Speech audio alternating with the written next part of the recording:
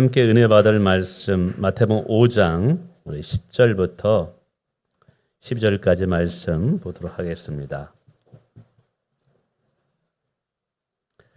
우리 10절부터 12절 같이 한번 읽어볼까요? 시작. 의를 위하여 박해를 받는 자는 복이 있나니 천국이 그들의 것임이라. 나로 말미암아 너희를 욕하고 박해하고 거짓으로 너희를 거슬러 모든 악한 말을 할 때에는 너희에게 복이 있나니 기뻐하고 즐거워하라. 하늘에서 너희 상이 큼이라. 너희 전에 있던 선지자들도 이같이 박해하였느니라. 아멘. 우리 옆에 분과 인사하겠습니다. 잘 오셨습니다. 반갑습니다. 반갑습니다. 예, 반갑습니다. 유장로님, 이거 문 좀 닫아주세요. 예, 오늘 잘 오셨습니다. 축복합니다. 벌써 이제 10월입니다. 날씨가 굉장히 아침에 쌀쌀한데 또 환절기 때 여러분들 건강하시고 또 하나님의 은혜와 평안이 늘 마음속에 충만하시기를 기원합니다. 자, 오늘은 이제 마태복음 5장 10절의 말씀, 팔복의 마지막 번째 말씀입니다. 의를 위하여 박해를 받는 자는 복이 있나니 천국이 저들의 것임이니라. 이 말씀을 예수님께서 당시의 제자들과 여러 사람들에게 했을 때 굉장히 충격을 받았을 거라는 생각이 들어요. 왜냐하면 일반적으로 당시에 많은 선지자들 그리고 제사장들은 늘 이런 말을 했거든요. 평안해, 걱정하지 마. 다 잘 될 거야, 걱정하지 마. 근데 오늘 예수님께서는 오히려 반대 말을 하고 있는 거예요. 의를 위하여 박해를 받는 자가 복이 있다. 세상은 고난을 벗어나는 것이 복이라고 말합니다. 그래서 대부분의 종교는 고통을 벗어나기 위해서 분투하고 노력합니다. 득도했다라는 말이 뭔가 고통의 문제에서 해방되는 길을 터득했다라는 말이에요. 그러니까 일반적으로 세상의 모든 종교는 이 고통은 저주이고 고난은 이거는 불행인 거예요. 그래서 어떻게든지 거기서 벗어나려고 하는 것, 그래서 종교가 필요하다라고 말합니다. 그런데 오늘 예수님은 정반대의 말씀을 하시잖아요. 의를 위하여 박해를 받는 자가 복이 있다라고. 의를 위해서 박해를 받는 자가 복이 있다. 고민하게 됩니다. 박해받는 것이 복이라고? 고난받는 것이 복이라고? 누가 박해가 복이라고 말할 수 있겠는가? 누가 이러한 복을 받기 위해서 교회에 찾아오겠는가? 전도합니다. 교회 오면 박해를 받아요. 교회 오세요. 교회 오면 고난이 있어요. 교회 오세요. 라고 말한다면 몇 사람이나 교회에 올 수 있겠어요? 그러니까 오늘 예수님께서 의를 위하여 박해를 받는 자가 복이 있다라는 것이죠. 그럼에도 불구하고 이것이 하나님의 아들 되시는 예수님이 하신 말씀이란 말이에요. 그분의 말씀은 늘 진리였어요. 그렇다면 오늘 말씀도 그 진리 중에 한 부분이라는 것이죠. 도대체 어떤 의미가 있길래 의를 위해서 박해를 받는 게 복이 있으려나. 우선 이 박해를 받는 것이 무엇 때문이냐면 의 때문이라고 이야기하고 있어요.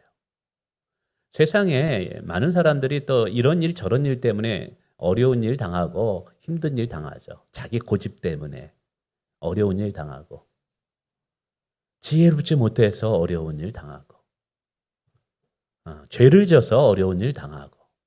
근데 오늘 본문은 어려운 일, 고난을 받는 것은 의 때문이라는 것이죠. 의를 위해서 박해를 받는 것이 복이 되려면요. 박해를 받게 하는 의가 세상에 그 무엇보다 가치가 있어야지만 말이 성립되는 거예요. 의를 위하여 생명을 잃어버리게 됐다. 그러면 이 의가 우리의 생명보다 더 가치가 있어야지 의를 위해서 박해받는 것이 복이 된다는 말이죠. 그렇게 돼야지만 이것이 말씀이 성립이 됩니다. 이해되시겠죠? 이해되시겠죠? 예. 그래서 첫 번째 우리가 살펴봐야 될 것은 이 의가 뭐냐라는 것이죠. 그리고 이 의가 우리가 박해를 받을 만큼 붙잡을 만한 가치가 있는가? 라는 것이죠. 우선 예수님이 말씀하신 이 본문의 의를 생각하기 전에 일반적으로 우리가 의라고 얘기했을 때 세상의 기준을 보면 옳은 것을 말합니다. 부정과 거짓과 어둠과 반대되는 진실, 정직, 올바른, 이것이 의라고 말합니다. 저 사람은 참 의롭다라고 얘기할 때 거짓이 없다, 진실하다, 정직하다라고 말하는 거죠. 그런데 오늘 본문에서 말씀하신 의는 약간 좀 달라요. 그래서 오늘 예수님이 말씀하신 의로움을 올바로 해석하려면 본문의 맥락 속에서 찾아야 돼요. 오늘 8번째 팔복입니다. 이 팔복은 낱개로 나열되어 있어서 그 의미를 설명하는 게 아니에요. 이 8가지의 복은 다 하나의 일관성 있는 주제의 관계에서 8가지가 나열되어 있어요. 그래서 오늘 이 의라는 의미를 찾을 때도 앞에 있는 7가지의 복과 함께 연결해서 이 의가 무엇인지를 규정해야만 됩니다. 팔복의 맥락 속에서 이렇게 설명드릴 수 있다라고 저는 이해됩니다. 이 팔복의 내용은 죄인이 죄를 발견하고 어떻게 구원을 받게 되는가의 이 과정을 설명하는 흐름이에요. 우리가 구원을 얻으려면 하나님이 정하신 일정한 완전함의 수준에 도달해야만 됩니다. 우리가 일반 사람들한테 물어봐도 죄가 있으면 천국 가겠어요? 그러면 못 간다 그래요. 그럼 누가 천국 가요? 그러면 죄가 없어야죠. 그러니까 보편적으로 사람들이 생각할 때 천국에 들어갈 수 있을 만큼의 완전하고 깨끗한 하나님이 정하신 기준. 근데 문제는 인간은 죄로 인해서 그 기준에 도달할 수 없다라는 것이죠. 그래서 그 기준에 도달하려고 노력하면 할수록 그것에 도달할 수 없는 인간의 본성을 발견하게 됩니다. 그래서 이 팔복 앞부분에 고통하고 애통하고 절망하고 근심하게 되는 게 그 이유예요. 근데 이 팔복에서 심령이 가난하고 애통하고 이 모든 것이 어떻게 해결되었는가요? 바로 하나님께서 보내신 아들 예수 그리스도 통해서 해결이 된 것을 설명하는 거예요. 그러니까 이 팔복에서 이 복의 중심에는 누가 있냐면 예수 그리스도가 있는 거예요. 그러니까 하나님께서 우리에게 복을 주셨는데 그 복이 뭐냐면 예수 그리스도예요. 그래서 믿는 자들의 복은 예수 그리스도를 통하여서 주어지게 되는 거예요. 과정은 이래요. 예수님은 우리의 죄를 십자가에 지고 오르셨습니다. 그래서 그는 우리의 모든 죄의 심판을 십자가에서 죽으심으로 대신 받으신 거죠. 근데 예수님께서 십자가에 오를 때 이 무거운 이 십자가는 사실 우리의 죄를 짊어진 것인데 이게 뭐냐면 하나님께서 우리의 죄를 예수님께 전가시킨 거예요. 그래서 우리의 모든 죄가 예수님 어깨에 메어진 거예요. 그리고 예수님이 그 죄를 짊어지고 십자가에서 죽습니다. 그것은 죄로 인한 심판을 예수님이 당하신 거예요. 근데 누구를 위한 죄의 심판을 받느냐 하면 예수님 자신이 아니라 우리 죄를 위한 심판을 받으신 거예요. 그러니까 우리의 죄가 예수님 어깨에 짊어지고 그 죄를 짊어진 예수님께서 십자가의 죽으심으로 우리가 받아야 할 죄의 형벌과 저주를 십자가에서 다 받으신 거예요. 그러므로 예수님이 죽는 순간 우리의 죄의 문제도 예수님과 함께 죽게 돼버린 거예요. 그래서 예수를 믿는 자는 그 죄가 믿는 자를 정죄할 수 없게 되는 은혜가 임하는 거예요. 근데 하나님께서는 그 예수님을 성령님을 통해서 다시 부활하게 하셨습니다. 이제 부활하심으로 그분은 하나님의 생명이 되고 하나님의 의가 됩니다.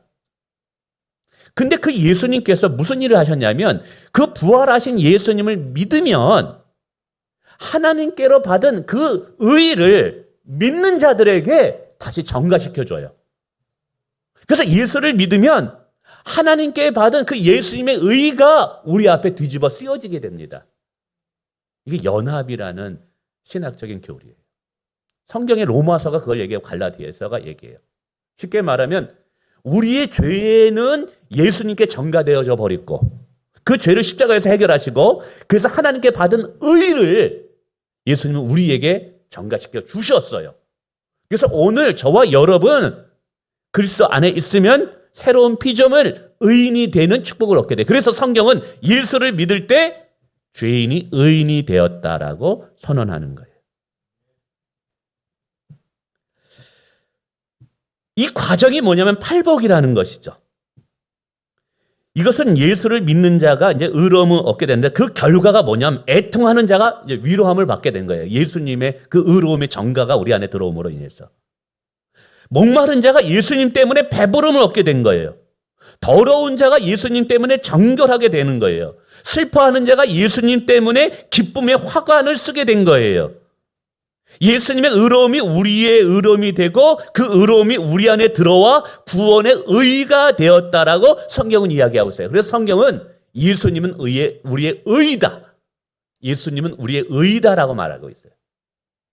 또 동시에 우리는 하나님의 의를 입은 자이다라고 말하고 있어요. 그래서 예수 믿는 자는 의인이다. 성경은 이야기하고 있죠.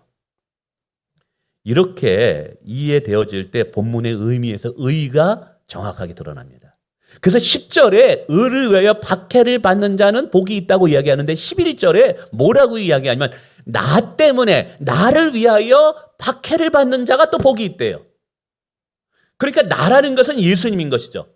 그래서 의라는 것은 결국 예수님을 의미하면서 그 예수님 때문에 얻게 된 구원의 의를 말하는 거예요. 좀 어려운데 쉽게 얘기하면 이런 거예요. 우리가 예수님을 믿게 되어서 의로움을 얻게 됐는데 이 의로움이 뭐냐면 한마디로 총칭적으로 얘기하면 믿음인 거예요. 이걸 한마디로 전 다양한 각도로 설명하면 우리의 신앙생활인 거예요. 그러니까 오늘 의를 위하여 박해를 받는 자는 복이 있나니 천국이 저희 것이며 라는 말을 쉽게 풀어하면 이런 거예요. 우리가 세상에서 신앙생활을 하다가 예수님 때문에 어려움을 당하고 곤란을 당하고 박해를 받지만 그때 이 믿음을 끝까지 지키는 자는 복이 있다라는 말이에요. 의로움은 다양하게 표현돼요. 예수님, 또 때로는 예수님이 주시는 구원, 또 우리 입장에서는 그거를 믿음, 우리가 살아가는 신앙생활을 했을 땐 우리의 신앙, 이 의로움은 다양한 각도로 해석이 돼버리는 거예요. 그러니까 오늘 우리에게 있어서는 우리가 가진 믿음이 의예요. 그래서 우리가 가진 믿음 때문에, 우리가 가진 신앙 때문에 때로는 곤란한 일을 당하고 박해를 받을 수 있다는 말이에요. 그러나 그때도 우리가 가진 믿음을 포기하지 않고, 우리가 가진 신앙을 포기하지 않고, 우리가 가진 예수 그리스도를 포기하지 않고 끝까지 믿음을 지키는 자는 복이 있다. 왜? 저들에게는 천국이 보장되어 있기 때문에. 이렇게 설명되어질 수 있다는 사실이죠. 이렇게 이야기하면 아마 혼란스러운 분들이 있을 수 있을 것 같아요. 아니, 목사님, 예수 잘 믿고 올바로 살면 복 받아야 되는 거 아니에요? 아니, 교회 잘 나오고 예수님 잘 믿으면 하는 일들이 잘 되고 평탄하고 문제 없어야 되는 것 아니에요? 하나님은 능히 그렇게 할 수 있는 분 아닌가요? 근데 박해라니. 예수님 잘 믿는데 고난이라니. 그래서 우리는 다시 또 질문을 하게 됩니다.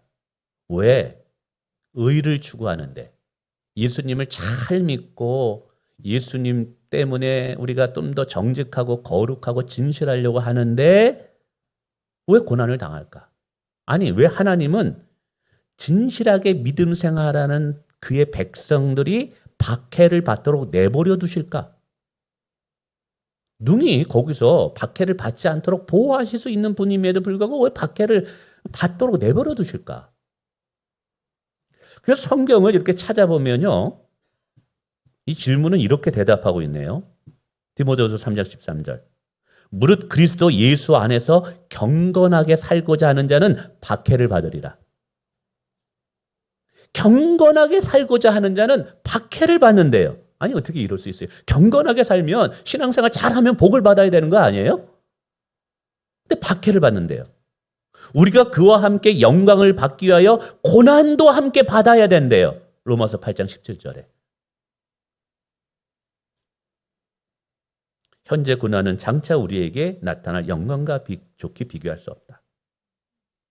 예수님도 요한복음 15장에 말씀하셔요. 세상이 너희를 미워하면 너희보다 먼저 나를 미워한 줄 알라. 너희가 세상에 속하였으면 세상이 자기의 것을 사랑할 것이나 너희는 세상에 속한 자가 아니여 도리어 내가 너희를 세상에 택하였기 때문에 너희가 내게 속한 자이기 때문에 세상이 너를 미워할 것이다. 그러니까 내가 분명하게 신앙의 색깔을 유지하면 나는 예수님께 속한 자야. 나는 예수님과 함께 동행하고 나는 예수님을 사랑하는 자야. 하는데 세상이 너를 미워해서 박해한대요. 그래서 성경을 살펴보면 정말 제대로 신앙생활 했더니 박해를 받는 자들이 많더라는 거예요. 가령 에레미야는 돌에 맞아 죽어요. 이사야는 목이 칼에 톱으로 잘려서 죽어요. 세례 요한은요. 목이 잘려가지고 쟁반에 들려 죽네요.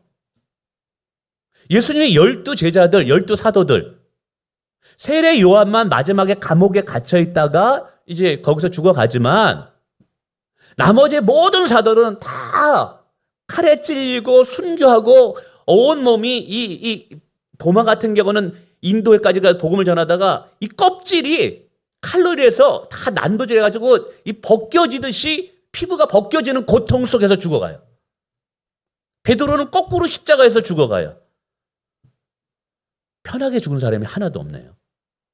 여러분 큰일 났습니다. 여러분 이제 신앙생활 제대로 하면 이제 큰일 났습니다. 이제 이거 참 한국의 초대교회 선조들 복음 왔을 때 신사참배를 거절하고 감옥 속에서 죽어가는 많은 목사님들이 계셨어요. 발고인 사건에 많은 기독교인들이 다 잡혔어요. 조만식 선생이라든지 안창호 선생이라든지 다 기독교인인데 정말 고통을 당했어요. 주기철 목사님이라든지 다 핍박 속에서 죽어가신 분들이에요. 손양한 목사님도 다 그렇고. 그래서 역사에 대해서 특별히 기독교 역사에 관심을 가지면 믿음을 가진 자들이 정말 많은 박해를 받았다라는 것을 깨닫게 돼요. 그래서 그런 질문하죠. 왜 교회가 박해를 받아야만 되는가? 요한복음 3장 19절에 보니까 빛과 어둠이 나눠지는데 어둠은 빛을 싫어한대요.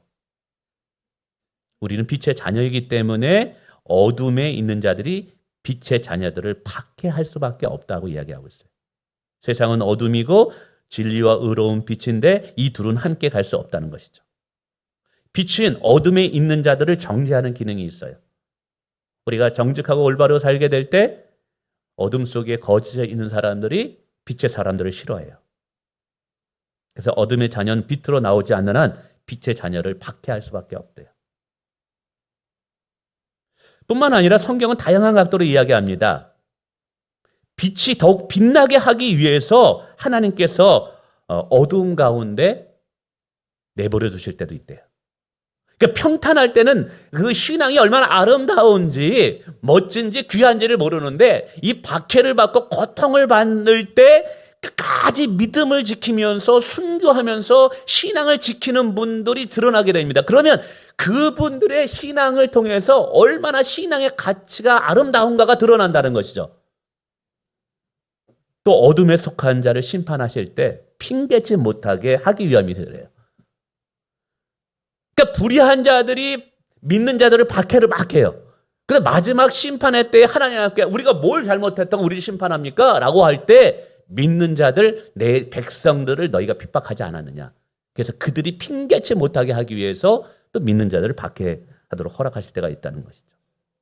근데 결정적인 것은요, 하나님의 나라는 박해와 고난을 통해서 세워지기 때문에 그래요. 이게 하나님께서 하나님의 나라를 이루어가는 방법이에요. 예수님께서 이 땅에 오셔서 의를 위하여 박해를 받으셨어요. 근데 놀라운 것은 박해를 받는데, 짓밟혔는데 오히려 하나님의 나라가 왕성하게 왔다라는 것이죠. 지금도 아프리카나 이란도 그래요. 이란도 지금 기독교인들이 굉장히 많이 일어나고 있답니다. 도저히 모슬렘 지역이라서 안 믿을 것 같죠. 수많은 여인들이 지금 기독교를 믿고 기독교인이 되어오는 일들이 일어나고 있어요. 중국은 지금 기독교 인구가 한 2억 정도가 된다고 봐요. 근데 신기한 것은요, 서구 기독교는 다 문을 닫고 있어요. 유럽 쪽은. 편하고 잘 먹고 잘 살고 그러면 하나님을 찾지 않아요. 그렇게 편안한 곳에서는 신앙이 성장이 이루어지지 않아요. 근데 박해를 받는 곳에서는 짓밟히고 죽임을 당하고, 그래서 교회가 문을 닫고 더 이상 복음이 전파될 수 없어 보이고 기독교인들이 안 보이는 것 같은데, 놀랍게도 거기에 하나님의 나라가, 하나님의 교회의 부흥이 더 왕성하게 이루어지더라는 거예요. 문화혁명 때 중국에서 많은 기독교인들이 다 죽임을 당했어요. 교회가 불타고 목사님들은 다 죽임을 당하고 다 선교사님들 추방당하고, 그래서 교회가 이제 존재하지 않는다라고 얘기했어요. 성경은 다 불태워버리고 더 이상 중국 땅에는 기독교인들이 없다라고 얘기했어요. 근데 막상 중국이 개방을 하고 들어가 보니까 기독교 인구가 100만 명이 더 많은 거예요. 선교사님들이 들어가가지고 10년, 20년 동안 선교했을 때의 교회가 성장한 숫자보다 선교사님이 떠나고 박해를 받을 때 중국 교회가 부흥한 숫자가 10배가 더 많아요. 지금도 중국은 교회를 엄청나게 핍박합니다. 그러나 이 코너스톤이라는 선교단체에서 봤을 때 어마어마한 기독교 인구가 그곳에서 생명의 꽃을 피우고 있다는 거죠. 이게 아이러니컬한 거예요. 이게 예수님의 방법인 거예요. 하나님께서는 고난 가운데 하나님의 교회를 이렇게 세우셔요. 고난 가운데 성도들의 믿음을 더 성장시키는 놀라운 이 고난의 비밀을 허락한다는 거예요. 그러나 너무 걱정하지 마세요. 고난 받을 때 주님이 함께 계십니다. 감당할 만한 시험만 주신다는 사실이죠. 그래서 이 의를 위하여 박해를 받는 자들에게 통해서 하나님은 하나님 나라를 이루어가는 거예요. 이게 복이 있는 거예요. 근데 제가 이 말씀을 묵상하면서 그런 생각이 들었어요. 문제는 나다. 무슨 말이냐? 지금은 우리가 자유롭게 신앙생활하죠. 우리가 교회 와서 예배 드린다고 해서 주여 부르고 집에서 큰 소리를 기도한다고 해서 누가 박해하는 사람이 있습니까? 오늘 여러분 교회에 온다고 해서 여러분을 향해서 너 교회 가면 죽일 거야. 너 교회 가면 오늘 감옥에 가. 이렇게 협박하는 사람이 있습니까? 없어요. 근데 이렇게 신앙의 자유를 우리가 언제까지 누릴 수 있다라고 확신하십니까? 여러분 주님이 오실 때 순식간에 불현듯 오신다 그랬어요. 마찬가지로 우리가 신앙의 자유도 여러분 어느 순간 끝날지 몰라요. 벼랑간 예수를 믿는 이유 때문에 직장에서 쫓겨나고 예수를 믿는 이유 때문에 생명의 위협을 받는 날이 순식간에 올 수도 있는 거예요. 여러분 그때 여러분 어떻게 하시겠어요? 여러분이 가진 믿음, 여러분이 소중히 여러분이 사랑하는 예수 그리스도 때문에 박해를 받는 것을 감당하실 수 있는 믿음이 있으십니까? 예전에 6.25 전쟁이 났을 때 어느 목사님이 공산당이 터들어와도 난 교회를 지키겠습니다 했는데 전쟁이 발발하 보니까 목사님이 제일 먼저 어딘가 사라져버렸다는 얘기가 있더라고요. 지금 저도 여기서 여러분 박해가 올 때 우리 생명을 걸고 신앙생활을 합시다. 목에 칼이 들어와도 우리 예수 그리스도를 향한 믿음을 지킵시다 그러다가 진짜 칼이 들어오면 여러분 제가 어떻게 할지 저도 몰라요. 누가 보장하겠습니까? 근데 불현듯 이런 날이 올 수 있다는 거예요. 그래서 오늘 성경을 읽을 때 이게 남의 문제가 아니라 내 사건이 된다면, 내게 이런 일이 일어나면 여러분 어떻게 하시겠느냐 이 말이에요. 그래서 저는 이 말씀을 묵상하면서 우리가 신앙생활하는 이 포커스, 신앙생활의 목적을 잘 선택하고 이렇게 집중과 선택이라고 그러죠. 잘해야 되겠구나. 그래서 제가 두 가지를 한번 생각해 봤습니다. 그리고 제안합니다. 첫 번째, 신앙생활의 목적. 신앙생활 목적, 교회 나오는 목적이 단순히 현세에서 복을 받고 내 문제가 해결받고 내 마음에 아무런 걱정거리 없이 평안하게 살기 위해서 주를 찾는 신앙이 아니라 예수 그리스도를 위하여 예수 그리스도를 따르는 좁은 길을 걸어가는 제자의 삶을 살기 위해서 우리는 신앙생활을 해야 된다라는 분명한 목적이 있어야 된다는 거죠. 여러분, 목적이 바뀌어져야 돼요. 그래야 되지만 여러분, 이러한 환난과 어려움이 닥쳐올 때 끝까지 믿음을 지킬 수 있습니다. 여러분, 그렇다고 해서 하나님께서 우리의 문제 해결해 주지 않는다, 우리 마음에 평안이 없어, 그거 아니에요. 하나님은 그를 찾는 자들에게 도와주십니다. 하나님을 찾는 자, 기도하는 자들에게 문제 해결해 주십니다. 그리고 정말 하나님을 의지하면 하나님이 복을 주십니다. 그렇다 할지라도 그것이 우리의 신앙생활의 목적은 아니라는 거예요. 그거는 하나님을 간절히 찾고 하나님을 구할 때 하나님이 덤으로 주는 축복인 거예요. 오늘 우리의 신앙생활의 목적은 뭐냐면 예수를 따르는 제자가 되는 것이 우리의 신앙의 목적이 되어야 된다는 거예요. 누가복음 보면 예수님께서 망대의 비유를 얘기하셔요. 이런 거예요. 망대가 탑인데요, 세우는데 어느 사람이 세우다가 중간에 돈이 없어가지고 세우지 못하고 그냥 흉물스러운 건물만 남은 거예요. 그러니까 동네 사람들이 지나가면서 이거 누구야? 누가 이렇게 건물 짓다 말고 중간에 이렇게 멈춰가지고 흉물스러운 건물이 된 거야. 막 동네 사람들이 누구래? 아무개래. 아유, 그거 참 지혜롭지 못하네. 건물 지을 때 생각하면 예측을 했어야지. 끝까지 짓도록 해야지. 이걸 생각하면서 져야지. 이게 뭐야? 이 비유를 말씀하면서 뭐라고 하냐면 너희가 나를 따라오려거든. 너희가 나를 따라오려거든.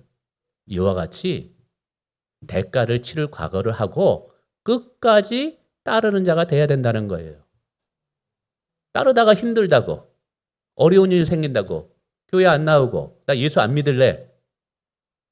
그런 자는 망대를 짓다가 중간에 흉물 속에 남겨놓은 자같이 하늘나라에서 비난받는 자가 된다는 거예요.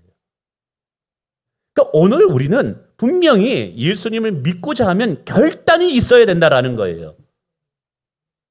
영원한 생명을 얻기 위해서, 내가 예수 그리스도를 믿기 위해서, 내가 이 신앙을 지키기 위해서 어떤 고난이 오고 어려움이 온다 할지라도 나는 이 신앙 포기하지 않겠다라는 결단을 하고 믿으라는 거예요. 우리 그래야만 됩니다. 할렐루야. 두 번째는 신앙의 포커스를 예수님께 집중해야 된다는 거예요. 과거 성도들이 박해 중에서도 믿음을 선택하고 복음과 고난받기를 원했던 이유는 예수님을 사랑했기 때문에 그래요. 예수님을 정말 가장 소중한 가치 있는 것으로 여겼기 때문에 그래요. 우리는 여기서 신앙의 본질이 무엇이냐를 생각해 보게 됩니다. 어떤 문제는 이제 신앙의 본질이 이제 두 가지로 이제 잘못 본, 어떤 행사에 참여하는 것, 이것이 신앙생활이라고 생각하시는 분들이 있어요. 주일날 교회 와서 예배 드리면 나 신앙생활 하고 있어. 나 기도에 참여해서 신앙생활 하는 거야. 이런 분이 또 있어요. 물론 그것은 신앙생활의 한 부분이에요. 근데 신앙생활의 본질은 아니에요. 또 어떤 분은 내가 뭔가를 행하는 것에 신앙생활의 본질을 두시는 분이 있어요. 나 기도했어, 성경 읽었어, 나 예배에 참석했어, 나 봉사하고 있어. 나 교사하고 있어. 내가 행한 것에, 내 의지를 동원해서 행한 것이 이게 신앙생활이라고 생각하고 있는 분들이 계셔요. 근데 여러분, 그것이 신앙생활이라고 생각하고 신앙생활 하다 보면 박해가 올 때, 환난이 올 때 결국 여러분 신앙생활 다 포기하게 됩니다. 물론 제가 예배에 참석하는 거 무시하는 거 아니에요. 봉사하는 거 귀합니다. 그러나 신앙은 겉에 드러나는 부분이 있지만 진짜 중요한 부분은 그 뿌리가 살아있어야 된다는 거예요. 뿌리가 죽어 있으면, 썩어 있으면 어떤 좋은 열매도 맺을 수가 없는 거예요. 우리가 예배에 참석하고 교사로 성가대로 봉사하는 이 모든 것들은 겉에 드러나는 부분이지 진짜 중요한 부분은 뭐냐면 흙에 묻혀있는 뿌리라는 거예요. 뿌리가 건강하면 나머지 거는 걱정이 없어요. 근데 우리는 자꾸만 신앙생활의 포커스를 어디에 두냐면 뿌리에 두는 것이 아니라 드러나는 겉에 보이는 나뭇잎에다가 신앙의 포커스를 맞춰요. 신앙의 뿌리가 뭘까요? 모든 것을 건강하게 하는 것. 신앙생활은 행위가 아니라 관계라는 것. 예수님과의 친밀함의 관계가 신앙생활의 본질이에요. 우리가 기도를 왜 합니까? 왜 우리가 말씀을 보고 큐티를 합니까? 그냥 기도하고 말씀 보고 나 잘했다가 아니라 내가 행한 것에 대하여서 내가 뭔가 만족을 느끼는 게 아니라 자기 행위에 대해서 대견하다가 아니라 바로 기도를 통해서 그리스도를 붙잡기 위함인 거예요. 말씀을 묵상함을 통해서 예수 그리스도를 알고 예수 그리스도를 더 사랑하고 내 마음에 예수로 더 충만하기 위해서 말씀을 보는 거예요. 그러니까 기도와 말씀은 예수 그리스도를 만나는 통로일 뿐인 거예요. 그 오늘 우리의 신앙생활의 포커스를 어디에 둬냐면 뭘 행하느냐, 내가 어디에 참석하느냐가 아니라 내가 예수 그리스도와 얼마나 친밀하고 예수 그리스도 얼마나 사랑하고 있느냐, 여기에 우리의 신앙의 본질을 승부를 걸어야 되는 거예요. 할렐루야. 왜 그러냐면 적지 않은 분들이 주일날 와서 예배에 참석해 주셔서 너무 감사합니다만 귀하죠. 근데 집으로 돌아가서는 성경을 한 번도 안 읽어요. 집에 가서는 한 번도 기도도 안 해요. 집에 가서 사회에 나가서 직장 생활하면서 그렇게 힘들고 어려운데도 예수님을 한 번도 찾지를 않아요. 그래서 그냥 주일날 한 번 교회 와서 예배 드려주는 것, 그냥 드려주는 거예요. 목사님한테 미안하니까 또 전화 올까 봐. 드려주는 것 그냥. 근데 그게 신앙생활이라고 착각하는 분들이 있다는 거죠. 근데 이런 분들은 박해가 오고 환란이 오면 다 떨어져 나가게 돼 있어요. 마지막까지 남는 자가 누구냐? 그리스도를 붙잡는 자예요. 왜냐하면 그리스도는 영원토록 영원하신 분이기 때문에 그런 거예요. 여러분, 오늘 우리의 신앙의 포커스를 어디다 맞추냐면 예수님을 사랑하는 거예요. 예수님과 동행하는 거예요. 그러면 거기에서부터 내가 봉사하고 싶은 마음이 나오고 헌신하고 싶은 마음이 나오고 주일날 하나님을 예배하고 싶은 마음이 나오는 거예요. 할렐루야. 우리는 이파리를 보고 이파리를 붙잡는 신앙이 아니라 우리는 뿌리를 보고 뿌리를 건강케 하고 뿌리에게 생명이 있기 때문에 그 생명에 집중하는 신앙이 돼야 되는 거예요. 신앙의 뿌리는 그리스도 예수예요. 여러분, 그럴 때 우리는 어떤 폭풍과 환란이 와도 여러분 흔들리지 않는, 그래서 마침내 천국을 선물로 받는, 천국에 들어가는 믿음의 성도들이 될 거예요.